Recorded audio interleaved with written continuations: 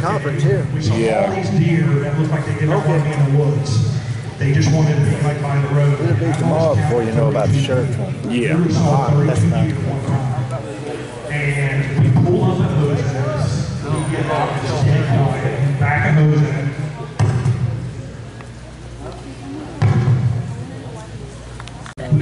Well, he once had a lot.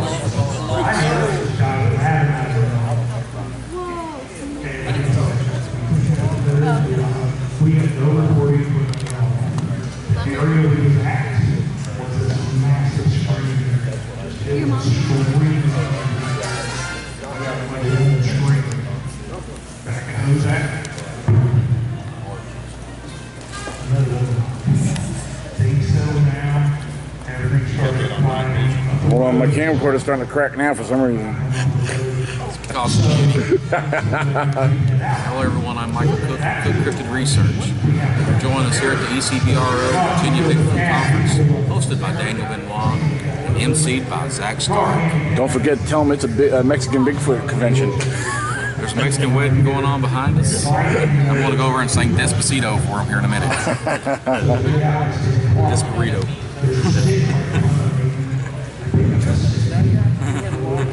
I have a question, Bill. What kind of production program do you do to put your movies down?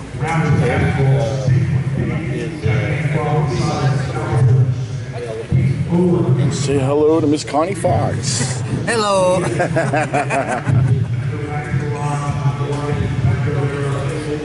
Is literally sleeping on a highway because, you know, I think they started and so I think earlier Facebook, that was kind of how we were running ahead. So from 1999 to 2007, 2008, stuff was really starting to pop up. They might go to another slide. When you talk about Bigfoot in Ohio, you got to go to the history of Ohio. This is one I know you can't really see it here, but this is really Ohio. Galleries, people are outside of the This is Galleries outside of a wild man who is reported in the woods. And everybody say hello to Mama Squatcher. We have some more newspaper clippings, and it's just history before we get into stuff that's going on. There's all kinds of stuff in Ohio. And I was going to read you something real quick. And it's kind of like some of the area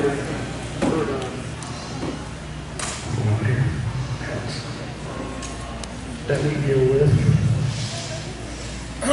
And this is another Richmond, June 7th, 1897. The wild man who created so much terror several weeks ago has been seen again. Women and children around Rome, West Union, are afraid to come out of their homes due to the tall creature they get named the wild man. So in Ohio, we do got reports about, wild man and other creatures. Near Shawnee, people out there locally, they call it the Washington. So, where are we at? Well, with Saltport blowing up for Monster Quest, finding Bigfoot ended up there. Me and Mike kind of joined forces. We wanted to go to some other places because our fishing hole that I was growing up to, going there for years, kind of was infested with so many researchers. So, just like tonight's Saturday night is probably, loaded with researchers. So, this is going to get into our main area that we do a lot of research in, and this is Adams County. So you see, maybe not as big as Virginia, West Virginia, but we have some pretty big hills here in Ohio. Here soon, I'm going to send the microphone over to Mike because we got some audio coming up. Just for the audience, what do we got right here? So this is a sample collected about 20 miles from here. Oh wow! It is the researchers here.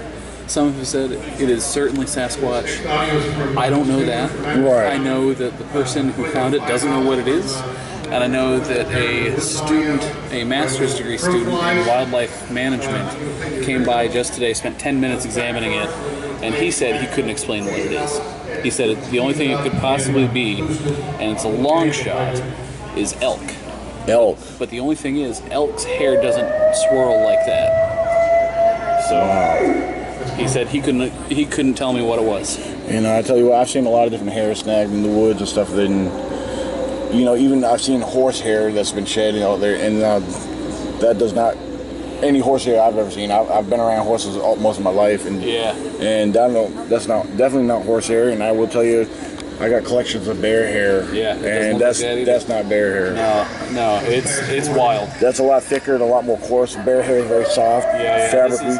This is really coarse, really super coarse. Wow. The other thing is it tapers. It tapers from the root. It's not cut. You can see there are follicles at the end. If you look in there, there are follicles, and so it hasn't been cut. It's not like it was scissors. No, you said this was found where? Near Augusta Springs. Oh, yeah, nice. In an area where there is. That's not far from my research area. There, exactly. I know that's a heavy active area. There's a big creek by this. On a piece of private land where there's a creek. There is a gully. There is a big, thick copse of woods that goes into the national forest. Exactly. With a lot of deer activity. Oh yeah, I over in Augusta Springs. I also go to the shooting range over there. Yeah, it's not too far from Hyde Hollow. Very awesome. Yeah. And you're Daniel, right? Yes, I.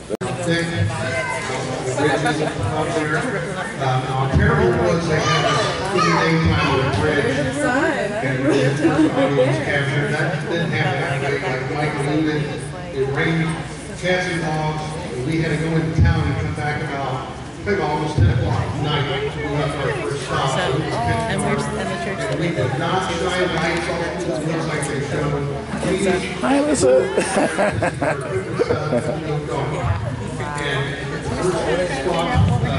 Right, but Here's an audio of the name we got here, like.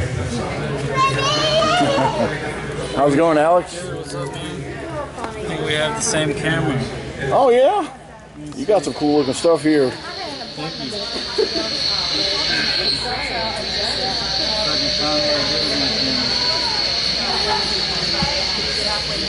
It's been fun though. Yeah, I'll tell you what. Everybody say hi to Alex Bob from Alabama. I'm here. All right. Thank you very much, man. Yeah, thank you. All right. How you doing? Hi. Hello. How are you? All right. Have a good time. Oh yeah, it's going great. Okay. Yeah, fabulous. I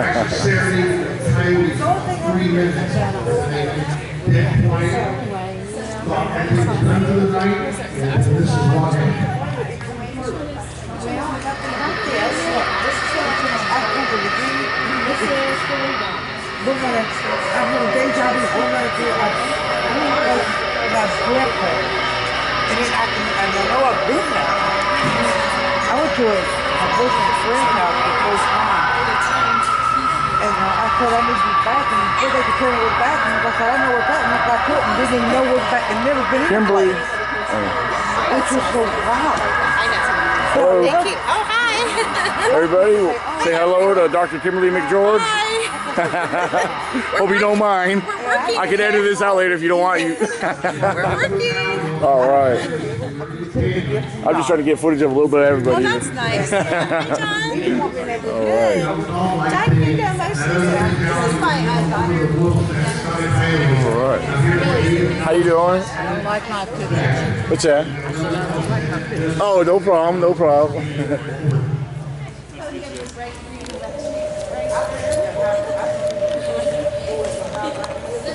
You know what? One thing I never told Reva, I like the name Bigfoot Madness. It's a good name. I'll tell her that. Thank you.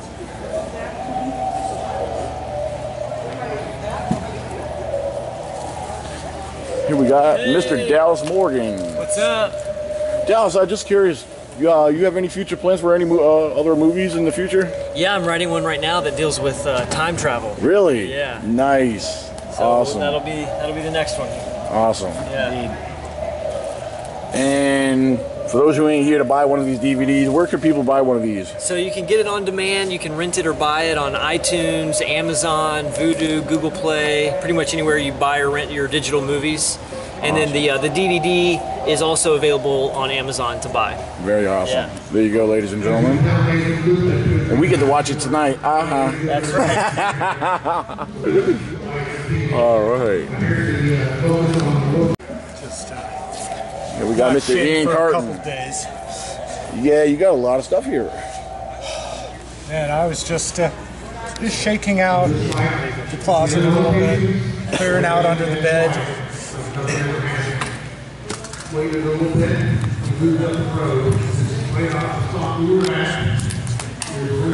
Hoping to have more stuff when I die than Mark Dorff. Oh, okay. Now, which one is this floor one right here? Is this the floor? Oh, the TK one? Yes, this is a base model. Okay. It works well. And of course, it records. Nice. Which is wonderful. Something we've been asking for years. Oh, okay. Now, is this the one that is 100 yards, roughly? About 100 yard range? About. Okay. Yeah. Very awesome. But yeah, there's multiple more in the product line, and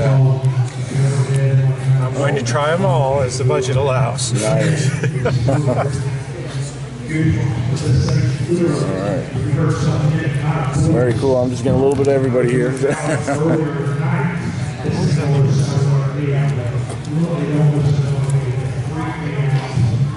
You guys have some seriously cool stuff here. Who's watching? I like that. I like that. Yeah.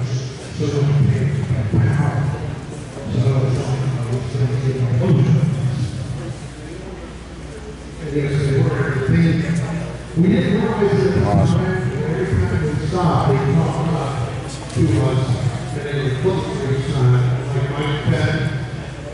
Here's the quarter night, so is mine. Now that people want are very confident it's nothing but freaking bad. But anyway, we left that spot. And Mike was pretty good about he almost back up to the vehicle on the side. Anyway, he gets back to the vehicle, we drive down, and he decided to stop one more time. And we're at the spot. We get out, and Jordan gets out. Jordan was about 6 weeks under his house, and he comes loose. And this time it's different because the air's not even moving out of his lungs yet, and we get to the clock.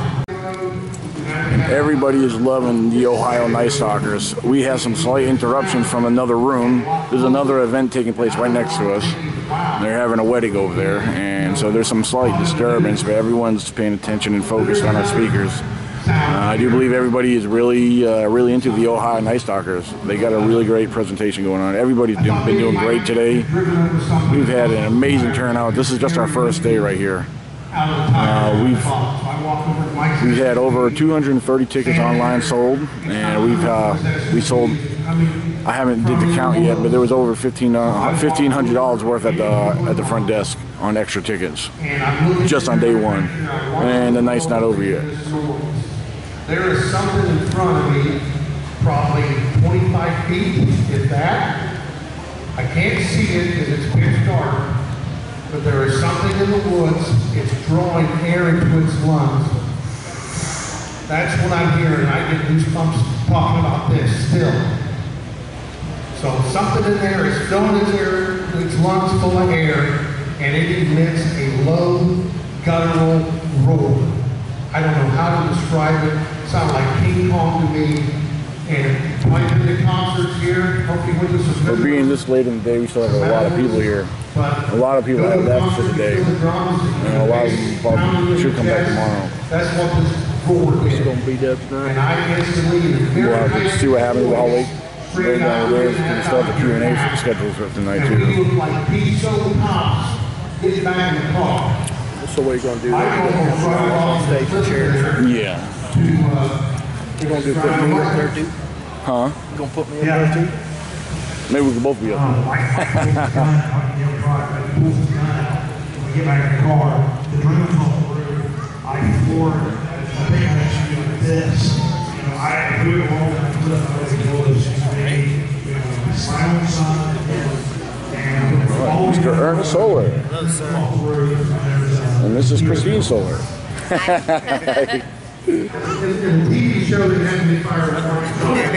I got you on camera. You're gonna be YouTube famous.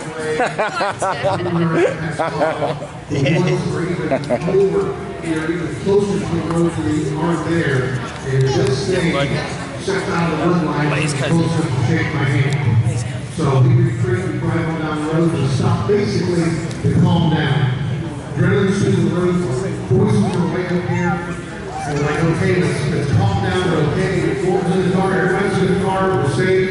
Let's calm down, let's set there. Yeah, I'm just getting footage a little bit of everybody. This is where the deer walks out. It walks out right in front of the car. It's like, you're the deer, I'm the car. But anyway, close in the trip here. Hall's butt the other way. So it knew those things were there. So we take off out here and talk about it another time. But that adventure is what led us out there in the woods. Last year we went to California, hung out with Bob Dylan during the 50th anniversary of the PG film. Yeah. And I don't stay behind. it's a night I'm not going to forget, and I'm going to stay here, I'm not going to forget it. And so thank you for being here to listen to us. Yeah, whatever it is, October 11th, 2014. And on behalf of the All right, there we go. We're the Sasquatchers. we got to thank the McCoys. Yeah. And of course, this is like This should boost my subscribers right here. Awesome. Question. For those who are not here attending, could people still purchase these t-shirts? They could. They have to probably do shipping. Probably. Oh, yeah. Yeah. I didn't know you guys were selling these. Yes. Awesome. How much? They're $3. Okay, I have to go get money out of my drawer. I might get one for myself. Oh, okay. We're actually agree, but he gets it for 2. Oh, okay. We're glad you guys are all All right. What do we got going on here? I know you guys showed some footage earlier, right? I don't know. I must have clicked off of it. Sorry. Here we go. Still got my seats all over tables. We're all still got stuff falling down for you to have a look at. And, Oh, I didn't know Zach was back up there again. What's he?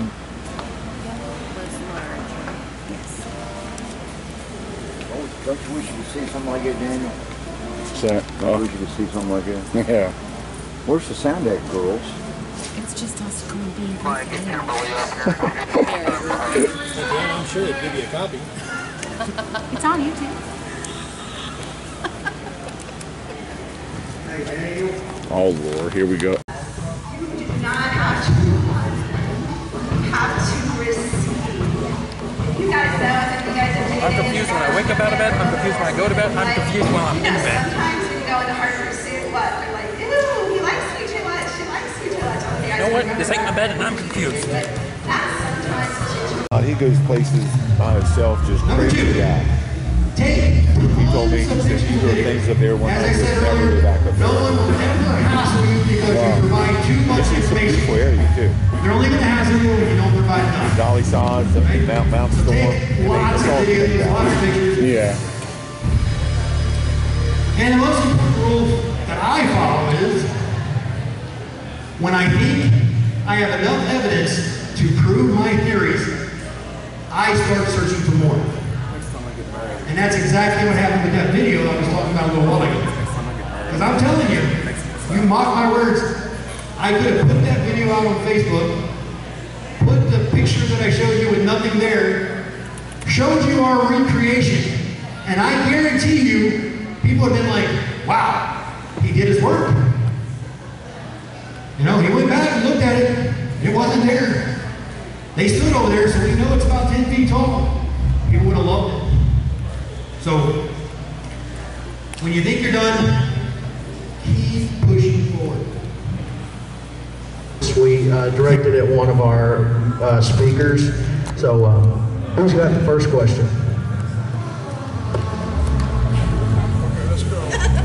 Going once. There we go.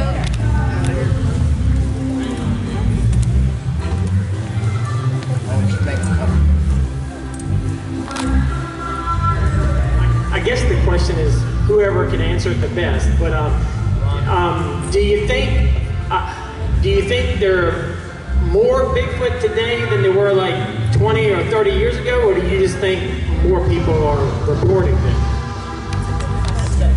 Yeah, that's a great question.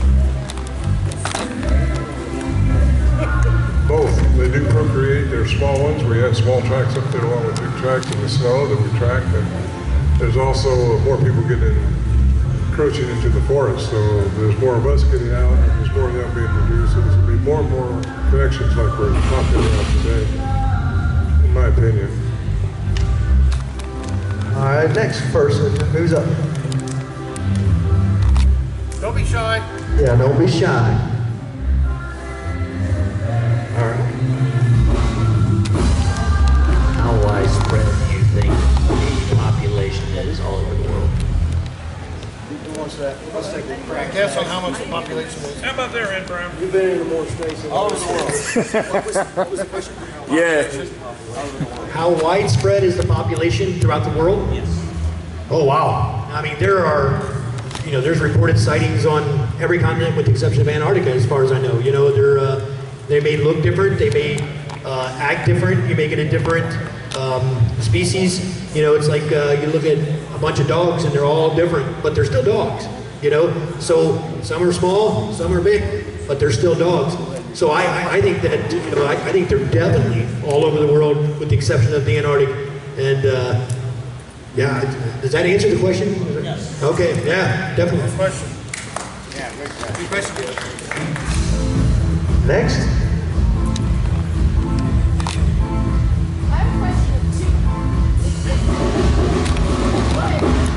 I'll get to you in a second.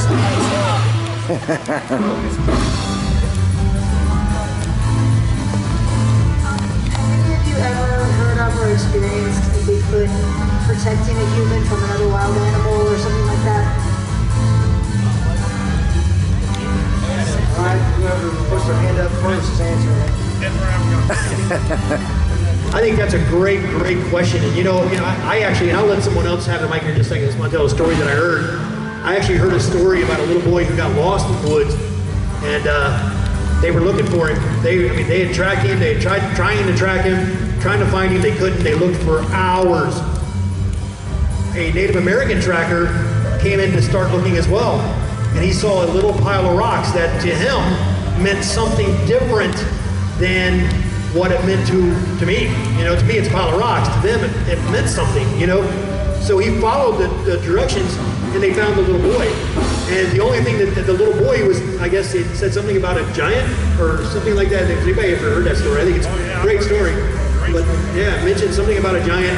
And so obviously the summation is that it was a Bigfoot. So there would be an example of him protecting the little boy from whatever the wilderness, the dangers out there. Anyone else? All right. You had a question.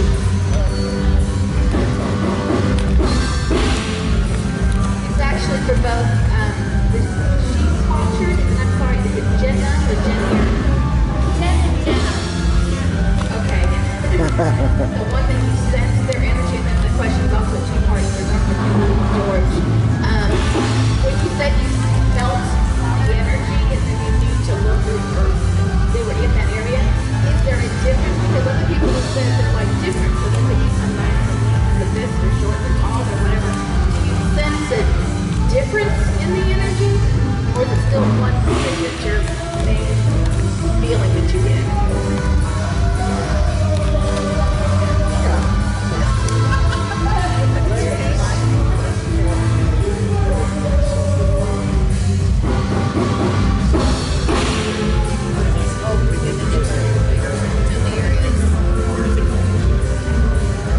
That's a good question. Sorry, I couldn't hear all of it. So the time that I was driving and I was feeling it when I was riding in the car and I felt it, it was the same energy frequency that I felt at the location that I had earmarked for our very first expedition. And we had that crazy time in the woods with something coming towards us. it just felt like the same energy frequency. And I had my focus tuned in on, during this ride, looking for Bigfoot. We were on a scouting mission, really. And even the first expedition, my focus was looking for Bigfoot. So I was pretty much asking, like I said before, I'm part Native American. I asked my spirit guides, my ancestors, and the spirits, the nature spirits in the woods, to please help me sense Bigfoot. And so when I felt this overwhelming energy sensation go through my body, and it was a feeling that I had not felt before, it was in response to my question of looking for Bigfoot. So when I felt that again, when we were driving by at 55 miles an hour, it just boom all over my body. And that's how I felt it. So to me, it was a very unique energy feeling that I had never felt before from any humans, plants, or animals. So if that helped, hopefully that answers your question. Do you want to say anything about that? You said it beautifully. Okay. This is Jenna. Yes, my name is Jenna. Jenna goes inside. Womp womp. What was the question? I heard the answer. What was the question? About the animal. Do they feel different And other things. I was just talking to Jen about that. And to me, they're all in the same group. They all feel the same. Number one, they hang out together often, you know, but it's the same thing. I tell her I'll be driving down the road 70 miles an hour and my head will like snap. I just did it the other day, and when I looked, there was the largest leaning teepee structure I've ever seen. I still haven't crawled in to see, but it's almost like they clear the forest and they're like, look now, and it's just too much of a coincidence. It's definite. It's a frequency, and I think you guys could probably teach people to read it too, but it's just being out there, and when something's there and feeling that frequency and paying attention. It's like eating an apple.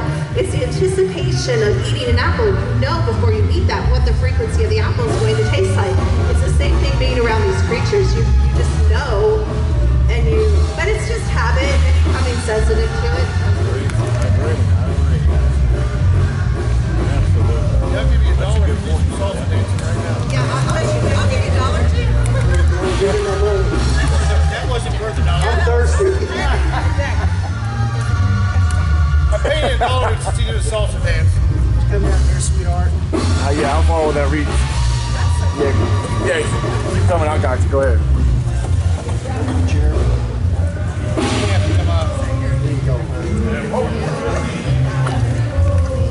Why do they send cameras if they want, like, we want to see it, so why do they put it there? What's the question? Repeat the question. They're going making see the cameras why put it there. See the cameras why put it there. That's a very good question. Yeah, that's a good question. The game cameras, we think they sense that. Either the mechanism, maybe the infrared, but people still put them out. And a lot of people that put those cameras out really don't understand what they're dealing with this creature. And you know, some people may say that sounds crazy, but a shark can smell a drop of blood in 1,000,000 gallons of water. There's something going on here we don't understand. You know, we need something better, something they can't pick up. And until someone comes out with something that maybe this animal creature won't pick up or sense, we're at a disadvantage. We need science to step up and try harder to solve this. That was a great question. There's also the theory that they could smell the alcohol in the bathrooms too, that bear.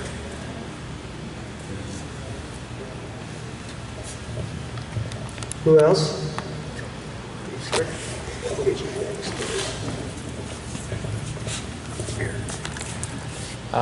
I was just wondering about family structure, and do they play, and do they have a sense of humor? That's a good question.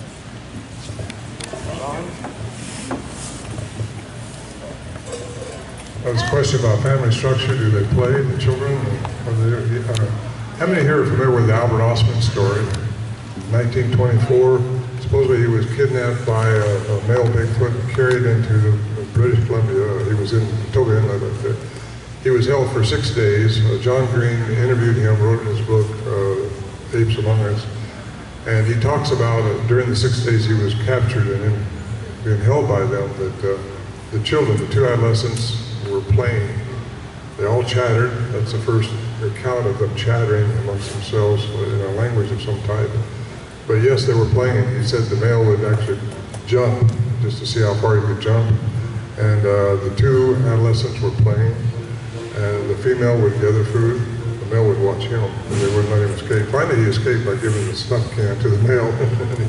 He ate it instead of spitting it out, and got curled up, and he took off through the mountains. And his account in John Green's report was very detailed, what he saw when he was leaving, how the ravine he went down, the river he came out on, the mountains he's seen. So anyway, it's a really interesting account, and it's good to read it if you have a good chance. The children play together. We know they have children. I mean, we had a small track with there's a small one on my CD up there with a small voice in it. It comes with the book, but it's not on the other CD. The second part of this question was that they also have a sense of humor.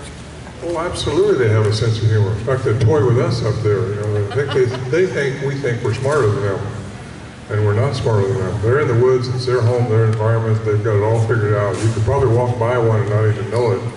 But yes, they have a sense of humor. In fact, some of the vocalizations I have recorded, it sounds like they're laughing at us.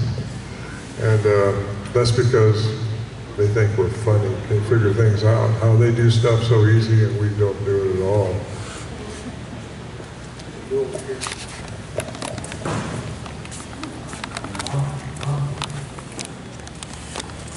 Oh, I got a knot in that cord. Yeah.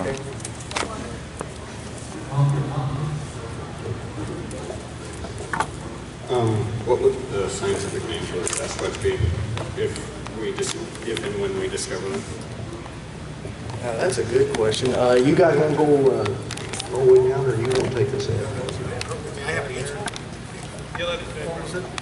The scientific name. Yeah, if Sasquatch was discovered. Well, if anytime an animal or a star or anything is discovered for the first time, even though people have seen it forever, that person who discovers it actually gets to give it its name. And then, of course, science will take a shot at that. Is that right, Ron? What? Yes, it is. Yes, that's right. Yes, I believe that the person who finally makes the discovery would be the one to actually give it its scientific name. Anybody else with it? I guess that's good. That's all they have to say about that. Yeah, a question that I've been asked by a coworker, and I really don't have a good answer for. It's been, I think, 50 years since Patterson Gimlet film, and that, in my opinion and his opinion, is the best video evidence of Bigfoot. And it's 50 years now, and everybody seems to have a cell phone with your children. Why isn't there something more definitive, or more clear, or more simple, more samples like Patterson Gimlet out there? $1 billion. That's the question, essentially. You guys want me to get it? I think we could all have something to say about this one. Yeah, we'll pass this around, but first of all, Patterson Gimlet footage, if they wouldn't have been riding in there on horseback where they're scent covered, they never would have even got the footage of Patty they got. And on a creek, you know, the horses threw them. I mean, it's very difficult. These things are out at nighttime. People usually are out at nighttime. But there's been some grainy video taken, but it's tough. It's tough. Yeah. When I was at Salt Fork in 2004 and Mike and Lisa had their sighting, he is a meat writer. He always has camera on him when that actually happened, because I forgot to mention this. And he's mentioned to Don Keating, who was my mentor, that, and Don works for newspapers and stuff too. Like there's people here, Jennifer may say this, that if they see a car crash and they have their camera on there, oh, I forgot to take a picture. By the time you get your phone on, when you turn your phone on, they're going to be gone. I totally believe that. Because a lot of us researchers, we got recorders, or you know, by the time you pull out your cell phone, they're gone. Yeah, I agree with that. I think that's a really great point. As a matter of fact, again, I told you guys, I use my binoculars a lot, and I can see a lot closer through my binoculars than I can with any other equipment. So I'm so caught up in the moment of, oh my gosh, that thing is like cloaking, or it's crawling, or there's three, like you forget, like you're caught up in the personal wonderment, like you said, of the experience. And like even like you said, people that have had children and miraculous things are like, oh my gosh, I thought I'd take a picture. So it is a common human behavior. And again, I want to emphasize, you guys, you have nothing to prove to anyone else. This is a personal experience, like you said, Jen, with nature, with the spiritual world, with the interdimensional world, and you should start there. After that, after you begin that relationship, if you want to share it all over social media and come to the conferences and do presentations, I think it's great. But I think most of the people up here, I don't know, I haven't talked to them, but started with their own personal relationships. Some of us, they came to me, I didn't go to them. They came to Ron didn't go to them. I almost feel like they came to you, Jen and Jen. I'm not speaking for everyone, but again, I encourage you guys to go out and establish your own personal relationship and just be more cognitive than we are, and maybe you'll get the $1 million picture. Well, I definitely went to them. You know, I think number one, that video is amazing. You know, and you talk to Bob and you hear his account and what happened that day in October of 1967, and it's a great story, and it's a great piece of film to back up their encounter. The problem is that film has been copied and cleaned up, and then copied and cleaned up and copied and cleaned up. If you see the original footage, it's not good. You know, it's not. Right, Ron, is very shaky. It's hard to see. I know you've seen it, right? The original film, yeah. It's really hard to see. It looks like it's a mile away, and it's not very good. It looks that good because people have put a lot of hard work in making that video look that good. I'm not saying it's not the best piece of footage out there. It's the most popular, and it's the one that brought a lot of people into this. But I've had people show me pictures that they don't want to share, or they don't want anyone else to see. They're like, oh, look, I'm going to show you because I know you're into this, but please don't share this to anybody else. And I look at it and I'm like, holy cow, you've got to share this. You know, how do you not share this? My point is, there are better photographs and pictures out there, even some of that, you know, have been circling the internet. You know, you have to choose whether you believe that that's what that is in the video or not, but it's definitely better pictures, better video. And again, take nothing away from what Ron and Bob did. Bob is like my hero. Bob is my favorite guy in the world. All right, I love the man sincerely. I'd do anything in the world for him. But if you go out and people, you talk to people who have had their own personal encounters, and they're like, but they don't want to share it. They don't want to talk about it because they're afraid of people getting on Facebook and saying, well, you're an idiot. You know, you said you saw that. You know? And that personality, that attitude is why it's so hard to prove Bigfoot is real, is because everyone's afraid of ridicule.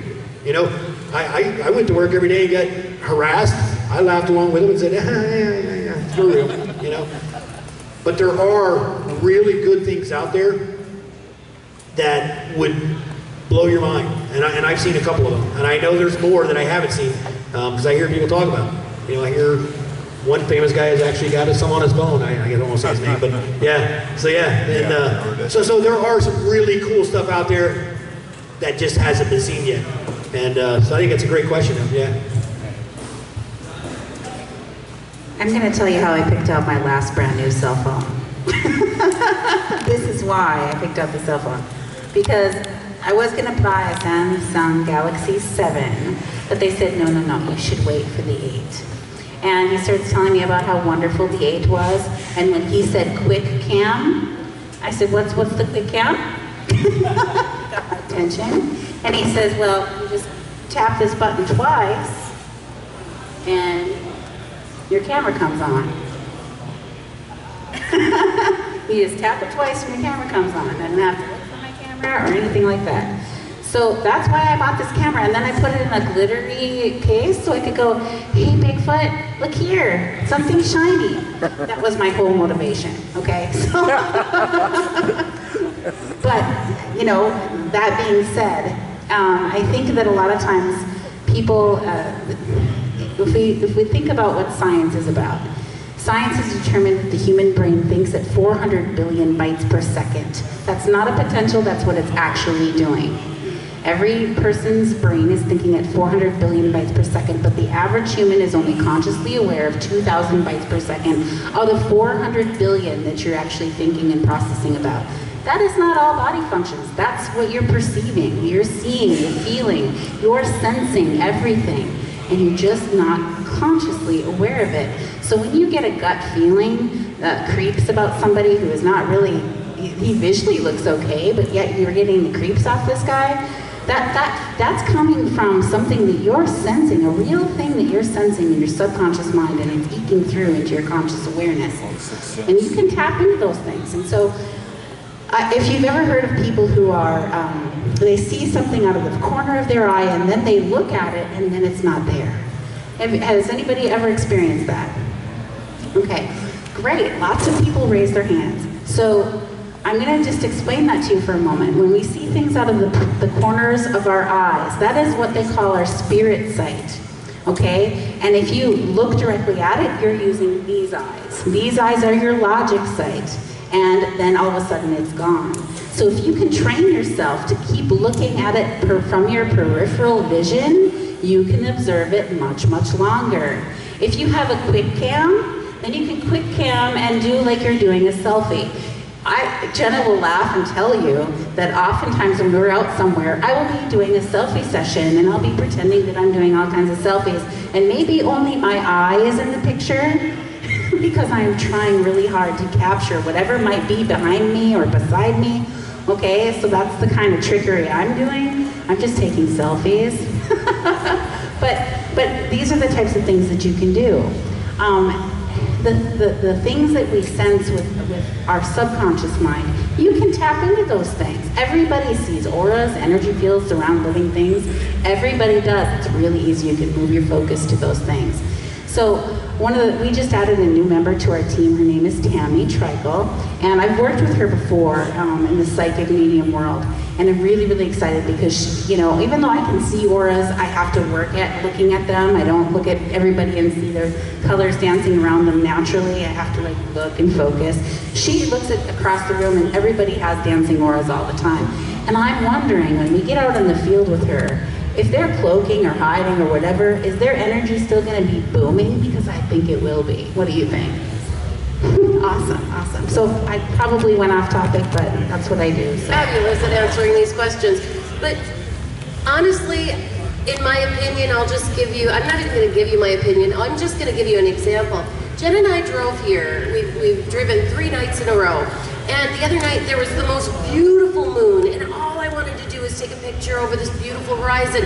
And by the time I got my phone, it was wrong. It was ruined.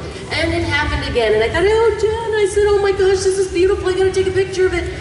A truck went by. So, you know, that ends up a lot of times happening where we just aren't taking it. You know, we just are in a bad spot, I guess. That's my opinion, but yeah, it's really hard talking after her. I think we need to switch. Brain hurts now. I know, we're all getting hungry. That's what I wanted to add. Yeah, let me say this one thing about camera. We tried, everybody wants to know why we couldn't get a picture. These things are so close to us up there. And believe me, we tried. But we were underestimating what we're dealing with. These things are very intuitive. They'd be coming in after our food. We put a camera trap up there, and they break the camera or go around the trap. And you wonder, have they watched us or they sense it? Can they smell the energy? Can they sense energy? What is it about how can an animal do that? Well, we were underestimating what we're dealing with. We went through 3 cameras before we figured out they're not going to let us take their picture. And anyway, that's what I'm going to say. We tried, really. Everybody tries. One real quick one. Al Berry and I were in the back roads in Oregon on the dirt road. I had my camera on my lap. He was driving, and we were going to take a picture of Bigfoot.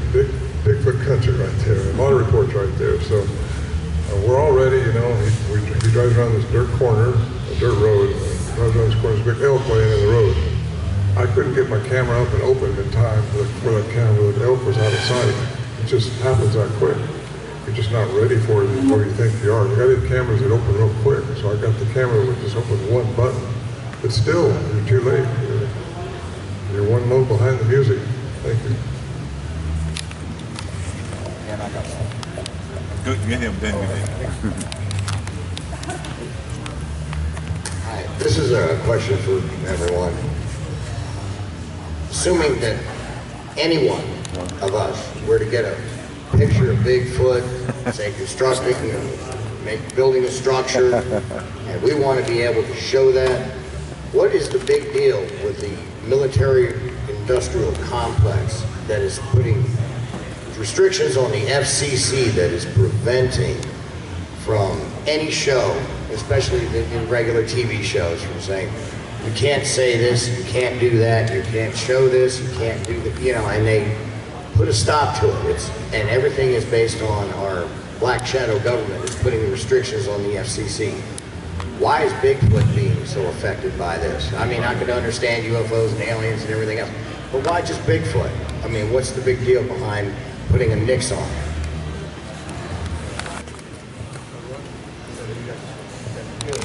Yes, I'll try not to be too long. I think, number one, the government knows about these things. Right. I think they have probably messed with the genome also, and I got this from several different areas, different people that didn't know each other. Geneticists, actually, that's worked for the government. So I firmly believe that our government has tampered with, just like Hitler did. They tampered with trying to make a superhuman, a super warrior. Well, that's what our government is doing and has been doing, I think, also. But that don't make them all that way. I just think that some of them are that way. There are good ones and there's bad ones from different genomes. That's what I believe. Seen a program one time where they talked about that if Bigfoot, if they came out on the news tomorrow and said Bigfoot is real, we've got evidence, it's here, the next thing that's going to happen is they're going to be put on the endangered species list. And if you remember the logging thing out west back in the 80s, they found them spotted owl. It was endangered species. They immediately ceased logging. There were companies at that time that went belly up almost overnight because of that. And the same thing with here. It would cost jobs and money, and we know money rules the world. One of our research areas where, you know, Tearing the Woods was filmed, there's a shelter there. And we found out who runs the shelter, and we actually had to sign like a paper that if we record any affidavit, if we had to, you know, record anything or take anything, they had to know about it. So it's like this happened to me and Mike here, and then all of a sudden, we found a shelter, and that's what hey, you got to sign this. So the government knows about it. I know Larry Lund personally from, and he always talked about the Mount St. Helens, cover up, that he believed that really happened. So they know about it. Yeah, I think it was Jody Cook who told me that the police radio code that all sheriffs and police know is black cow and black dog when they do a report. So they definitely know about it. All law enforcement knows about it. All the game wardens know about it. But basically, in my opinion, it's because, again, I'm going to go back to we've been lied to our entire life. The fairy tales are real. What you think is real is not. What you think is unreal is. It's all flipped on its head. And the world is much more wonderful than you ever imagined, and the world is much more horrific than you ever imagined. Wrap your head around that and just go on. But while I definitely don't disagree with any of these guys up here, I'll say that I think that the government would actually use us against ourselves. As long as we are fighting amongst ourselves over what's real and what's not, what's possible, blah blah blah, then the government doesn't care what we show, because someone in our own community is going to say, well, that's hogwash. And you can say the same thing, and I know this is probably people are going to go, what? Look at Todd Standing stuff. Is it real or is it not? I'm not saying it is or isn't. He spent 5 days in my house. We've talked very, very intently about it. But I'll say that as good as his pictures are, nobody cares. Nobody cares. The government doesn't care that he's sharing it. Nobody cares, because we are attacking him for them. So there's no reason for them to say anything or do anything. I'm going to answer this question first. Personally, I just think we've all been trained with the information that they want us to know. And like she was saying, this world is a big place, and I, for one, have seen things that I have been very shocked at what I saw. You know, and I know I've talked to a few people about it, but yeah, we only know what we are taught to know. There's so much more information. So if we learn, if we go out there and find it for ourselves, which all of us want to do, I'm sure, you know, we're going to find out that there's so much more than what we've been taught. So that's what I think, definitely. When you ask that question about if there's censorship or if they care, I agree that most of the community would tear it up. You know, we're always wanting to know, is it real, is it faked, is it real, is it faked? And I've been telling my team for a long time, we can't worry about finding something and then people attacking it. We can't worry about that, because if we do that, we're going to feel really sad. And we're going to feel very defensive and really hurt when we photograph something or capture something on film. People are going to make questions about that, and essentially that could be very hurtful to our feelings. And we just got to know that we're doing this for ourselves. We're looking for answers for ourselves, because we want to know. And we can share what we find with other people, and they can take it or leave it. And so when we go in with that attitude, it doesn't matter what people say, because I'm just sharing what I found, and you can take it or leave it. I don't care. This is for me. And if you want to know what I found, great, here it is, and if not, move along. So I think that's the attitude that we have to go in with. And there's just some people out there that are not ready for this. You know, just like, you know, people talk about disclosure with the aliens. People are just, there's a lot of people out there who are just not ready. You know, and those who are, they're looking into it. They want to know, so they're looking. So this is kind of the same type of a thing. And what you think of as fairy tale, what people think of make-believe or imaginary things, and you know, I for one will tell you that I have certain people who I know that think I am just nuts for doing this, and I'm sure that we can all agree that there have been many times that people are like, you do what? right? And you know what, I actually do, I love telling people now, I'm like, oh yeah, it's really fun. And it's probably one of the most enjoyable things I've done in my whole life. It's addictive. And if you haven't gone out looking for yourselves, go do it. It is so much fun. Yeah, so I just want to add just one little thing to that real quick. Is it also with today's technology, with Photoshop and all these things being dinosaurs, today's things can do so much, it would be, in my opinion, impossible for any video to prove or disprove the existence of anything. However, again, going back to what I was saying earlier, if we stop attacking each other and start working together, and then we put all of our evidence, regardless of what it is, into one pot, the answer's in there. You know the answer's in there. Now you just got that one pot to look at instead of the entire world. So, exactly. Yeah, we're starting at, Zach is going to start that.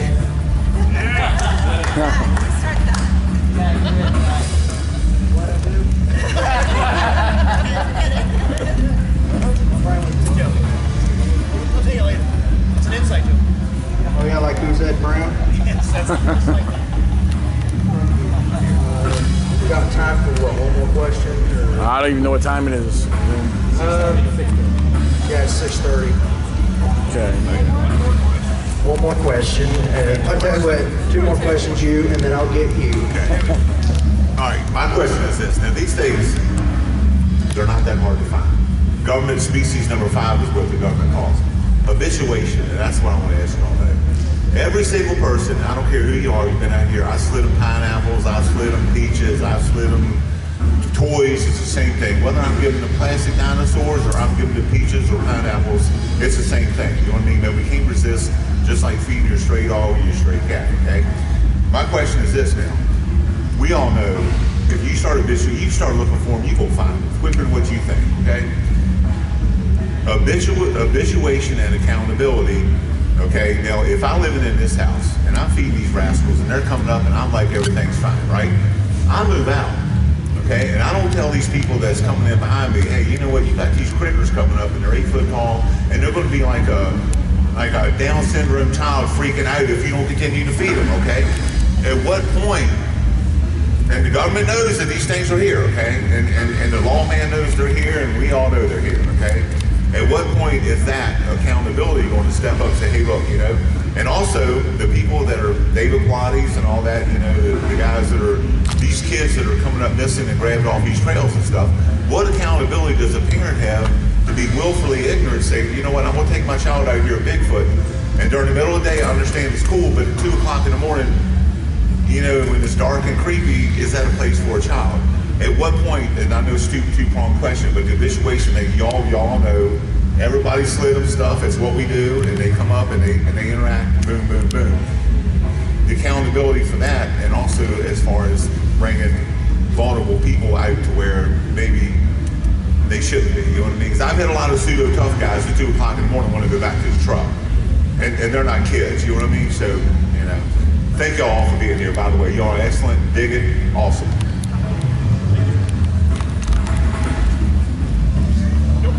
Right there, that girl right there. Yeah.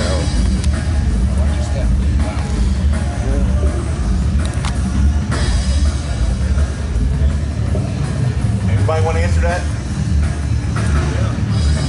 I thought you were just addressing them. No, I was. I don't think that ever be accountable because you don't appreciate free or acknowledge something, then you're not accountable. But that like we've all given them stuff, you know what I mean? It's there, you know what I mean? Yeah, they're not going to admit that, so they won't be accountable. That's the thing, pass the blame, pass the buck. Because then you're talking lawsuits and all that. But there's personal accountability. You know what I mean? As far right, that's hard to do in court. But no, I'm not talking especially about on a creature that's not been proven to exist. Just being a human being. You know what I mean? If you move out, maybe just telling people, look, these things are around, you know, not just leaving them. Yeah, but most people may not even believe that. If say you didn't know nothing about this and I was selling you a house, I'm like, hey, I've been feeding a Bigfoot for 4 years and he's probably going to show up. You need to put a stack of pancakes on the back deck. But I would soon find out. That's true, but and still, you may not believe it. Then you may think, oh, that guy's pulling my leg. Right. That guy's got someone. He's coming back in his old yard. My point is, as a human being, wouldn't you want to tell somebody, hey, man? Yeah, but we're human beings, and some human beings are good, some are bad. Oh, I knew that, but most are good. I believe that, but it's just a matter. In a perfect world, yes, but you just don't know.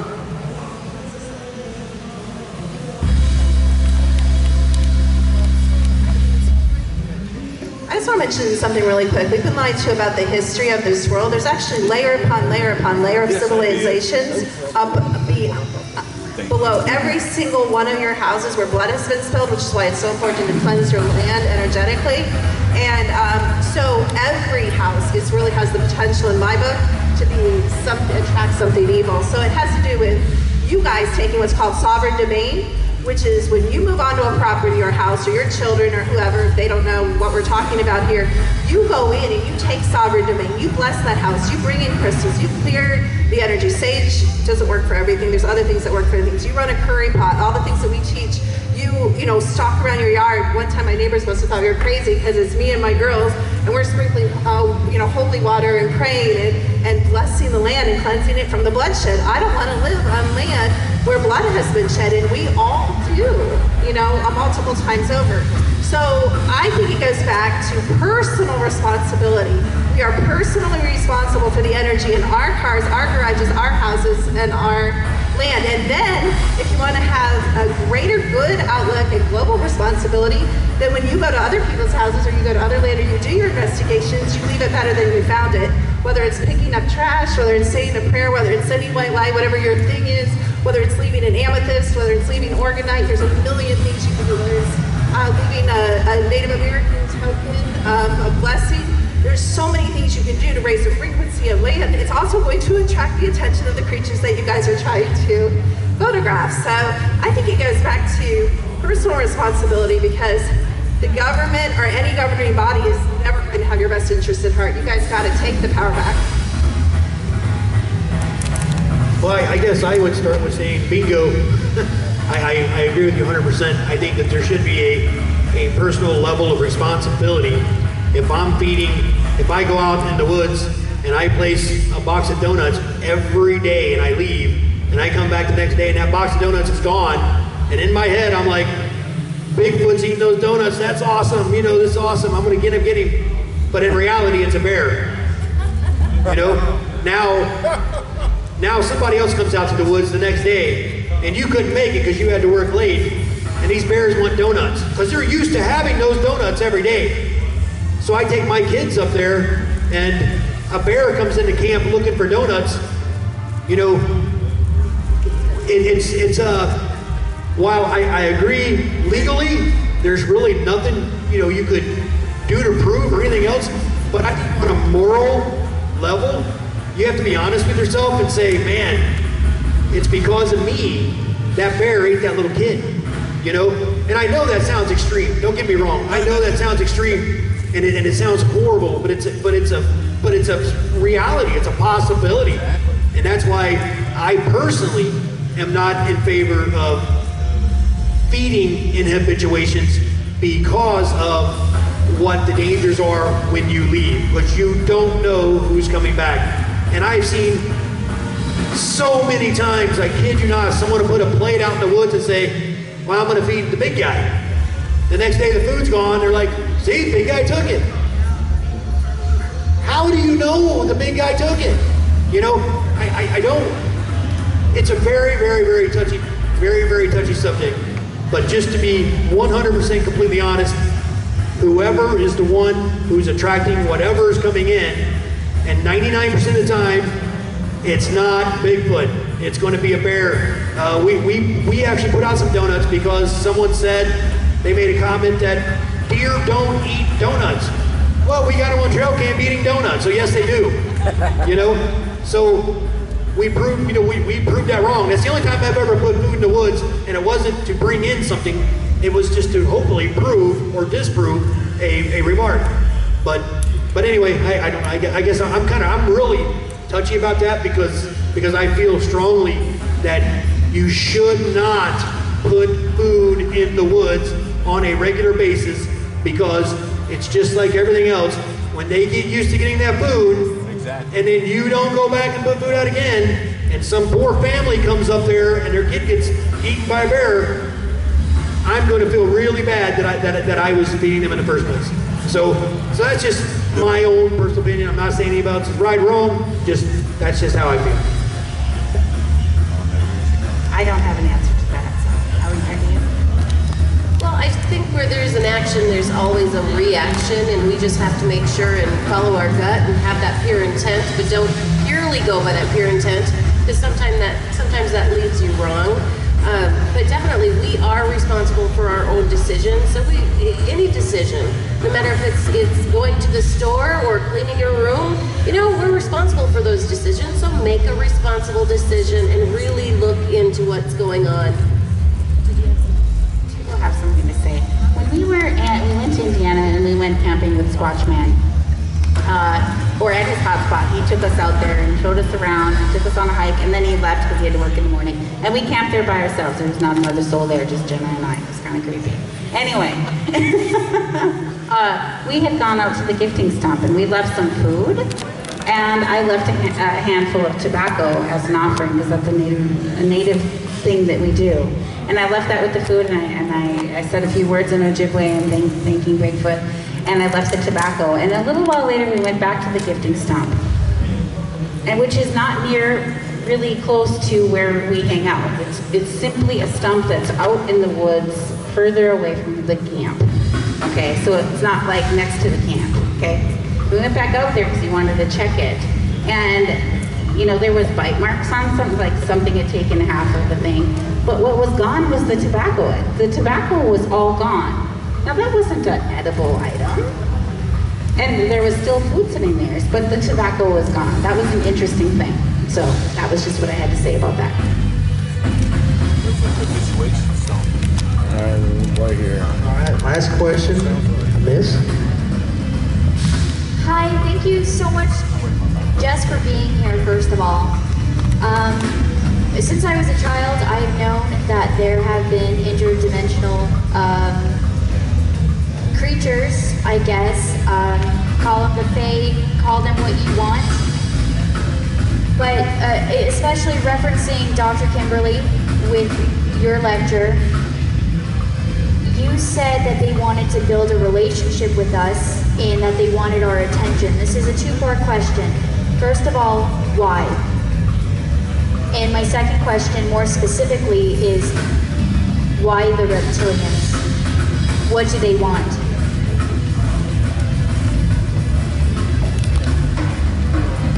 Floor is yours. And I'm going to go two sides. I'm going to go the quote good and the quote bad side. So let's start with the bad. It goes back to what your personal spiritual beliefs were, which may not be what my personal spiritual beliefs or my origin of the world beliefs are, but honestly, I believe this world is magical and created for mostly uncorrupted, although we all, I believe, have alien reptilian DNA and all kinds of mix. We're so diluted at this point. But this world was created for man, for the pleasure, for the joy, for the experience, for the relationship with other people, for the relationship with God and the all, for the relationship with these beings, which historically go back to the Irish Celtic legends, go back to the Native Americans, go back to your verbal stories a couple generations back. They had a relationship with the Fae, not just in the woods. They left things on their doorstep. Halloween, we study Halloween, a little darker side, but still a relationship with the interdimensional world. So there's a whole jealousy thing with some of these creatures. So the darker creatures are jealous. So we sit around whining and saying, I'm too fat, I'm too thin, I'm too poor, I'm too this, I'm not skilled, I'm so miserable. And they're saying, what I wouldn't give to be human, because the humans are the only one that have a very individual relationship with the God of the universe. Even the angels do not have the same relationship and the same access to the all that we are allowed to have. They study us and they're puzzled because we're so dumb. Again, we're stumbling around thinking we're the lowest of the low and worshiping them. If you look again historically at cultures, Ron, they worshipped these half-human, half-Nephilim type beings, these creatures, when in reality, these creatures almost worship us. Everything is topsy-turvy. So there's the dark side that's jealous of us, and that's where you get some of the darker stories of these creatures historically. The good, positive side is, I think they want to give that message. I think they want to say, I believe we're coming to the winding down of an age, as they say it. And so they're coming to us. Somebody asked a question that I didn't comment on, and they said, are there more of these creatures? I don't believe there's more. I don't believe there's one more, sorry, Ron, of these creatures than there ever has been. I believe that the veil is thin, and that even the blindness of us are awakening and being the gift of sight and sensation. And so those of us that were born awake like you, and that are here actually very highly gifted, we have a different calling. I think we're the ones to bring it to you guys and say, okay, this is what's going on. These are the warnings. I think they're coming to us in warning about the end of the age. I think they're coming to us saying, wake up, you are brilliant, you are loved, you are gifted, you are talented. What are you people doing? You're destroying the forest, you're taking down all the oxygen, you're polluting the world, you're allowing chemtrails. You guys can say whatever you want about politics. Everybody's like, Trump is amazing, Trump is amazing. I drove up here from North Carolina for 4 hours. Every 5 minutes is a tower, a Gwen tower or a cell phone tower. Why aren't the towers coming down? I look up in the sky, I still have chemtrails in North Carolina. They're still spraying me with stuff that I could go scrape off my car every morning. So they're coming to us and they're saying, wake up, and wake up now. So that's my opinion. I do have something to say about that. So from like a Native American's perspective, the Native people originally had a relationship with all these things. And you can look at the sort of oral histories. You can look at how Native tribes were trading with Bigfoot. And Native American, the Medewan from my tribe, or the medicine men, they don't call themselves that, but for lack of something, the medicine people actually ask the little people for help, and the elementals for help. And, yeah? Yeah.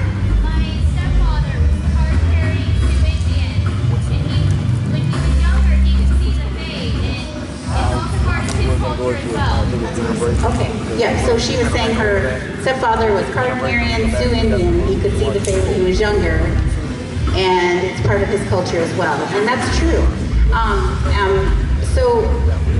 And it's a lot easier for kids to see those things. It's a lot easier for kids to see those things. And nature spirits in general, so I would put Bigfoot and the little people, because all the Native American tribes talk about the little people. It's part of the culture, it's part of their belief system, because they interact with them. They ask them for help and guidance, okay? So, when, this was part of the regular culture. Now, some of them have gotten away from that because, they become disconnected, just like the majority of the population is disconnected from nature. We see ourselves as something separate from nature, and we're really not. We are part of nature. We are interconnected, interrelated, and interdependent on everything. Whether you believe in it or not, we are interconnected with everything. And when you start to view the world as everything is related to you, every blade of grass and every tree and every critter in the woods, and every little person is related to you, okay? And when you start to approach the world from the aspect of family and interconnection, it reacts to you much differently than what it did before. The majority of humans have become so disconnected that they do not realize that they're destroying their own environment. And if we compare people to cancer cells in the body destroy their own environment without even knowing they're doing that, okay? And if you look at humanity, we're destroying our own environment without even realizing we're killing ourselves in the process. So if you want to know why I think nature spirits, little people, and Bigfoot want our attention, I think it's because they do want us to wake up and stop ruining everything for everybody else, because they live here too. Okay? Thank you. I've been to a lot of conferences, and I've seen a lot of, these things happen. And I got to tell you, I seriously, and I'm saying this for real, that is probably the best group of questions I've ever seen in any Q&A question. And seriously, that was a really good group.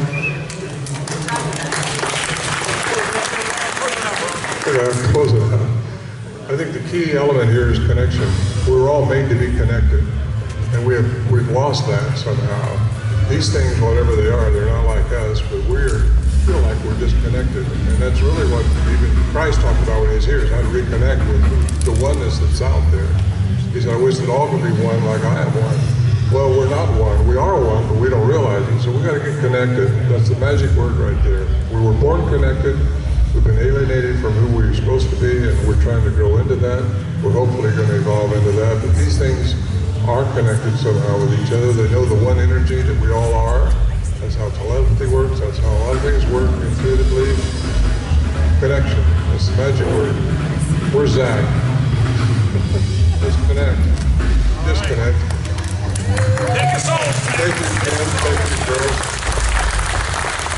Well, everybody, on behalf of these speakers, the She Squad, Mr. Ed Brown, Dr. Kimberly McGeorge, the Ohio Night Stalkers, and Mr. Ronald J. Moorhead. Thank you, everybody, for attending the conference, and we'll see you tomorrow. Stick around. Wilco Productions is going to be showing Cultured Bigfoot here soon, so hang loose. Give them a big round of applause, folks. For everything you do in the community, guys.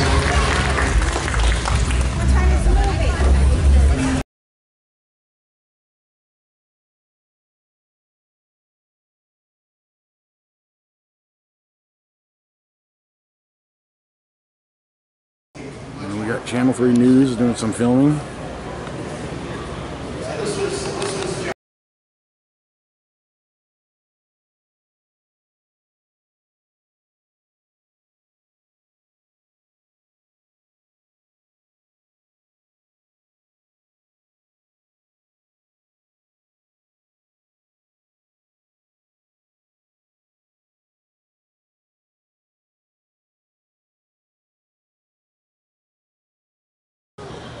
Thirdly, so we've got these cultural reasons, we've got these historical reasons.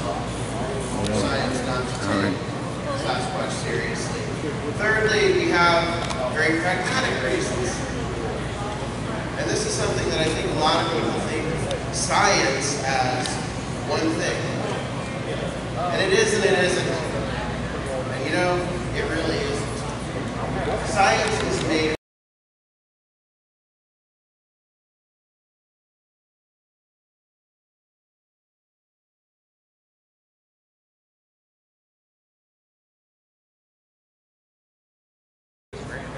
exactly the same.